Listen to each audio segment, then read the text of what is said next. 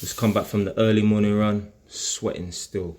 But real talk though, house first and a nice car, not the other way around. You know, like when you was a youth man, someone around you would just say something, drop a little one line and that. And years later, you'll remember what that person said. Just some simple little advice. I remember when I was 15, 16 years ago, man's 31 right now. I remember when I was 15 years old, man was working on some little side extension as a little labourer for some Jamaican man that one of my peoples them know, innit? And we was having our lunch. This is Northumberland Park in Tottenham.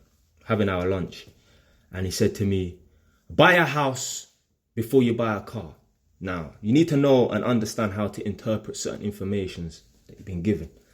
Buy a house before you buy a car doesn't mean, oh, you have to save for 5 years and in between that time, you have to walk everywhere, run everywhere, ride bus, ride bicycle and that. No, it means save up for 5 years and that. But in the meantime, buy yourself a little shitty car, innit?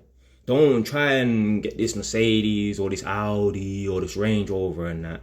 Get your house first. That's the priority. That's more important than that. The thing is, like I say in my videos and that, your car should really and truly only cost you about 10% of your wages, innit? So if you're on £2 a month, then you shouldn't really be spending any more than £200 to lease your car or finance your car every month. Same thing if you're earning £5 a month, yeah, you should only really be spending about 5 bills on your car and that, if that. Really and truly, the way you want to afford the luxury car and the luxury items and that is really and truly, you should have assets, investments that are bringing you back money every month and the profits. So for example, let's say I got 2 properties, yeah. They generate me the turnover about 1,200 each. One's 1,200, one's 1,100. I can use the profits from those properties and that to then go and buy or lease the car and that, or finance a car and that. That's the way you're supposed to do it. You're not supposed to be going to work to afford these luxuries and that. You don't want to have to be, oh God, my man's got to go to work. My man can't even take off no annual leave and that, or not annual leave, sorry, but like I can't take days off work and that. God forbid I lose my job and that, or else I can't afford this luxury. I know a man, during lockdown, he was stressed. He was telling me, yo, during lockdown, because we weren't talking during lockdown, but afterwards when I caught up with him, he told me, listen, fam, I was having sleepless nights thinking, how am I going to afford this car? The lease is £400 a month. And he could easily afford it at the time when he was working. But he stopped working during lockdown for about 2-3 months or whatever, innit? And obviously he was living paycheck to paycheck. My man was stressed.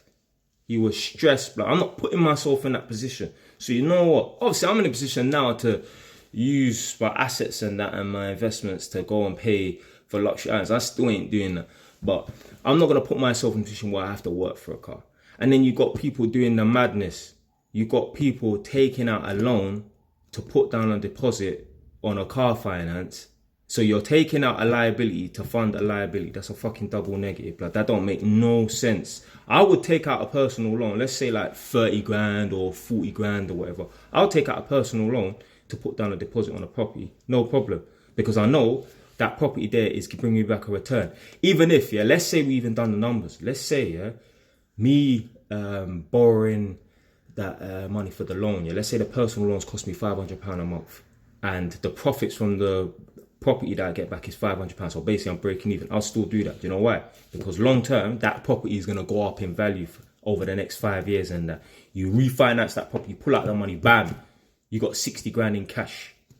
Obviously you need to pay that money back and that, but that's a way of raising your capital. But I'll never take out a loan to fund another liability. That's a double negative, man. It's done. So yeah, man, that's the advice, bro. House first, then a nice car, not the other way around.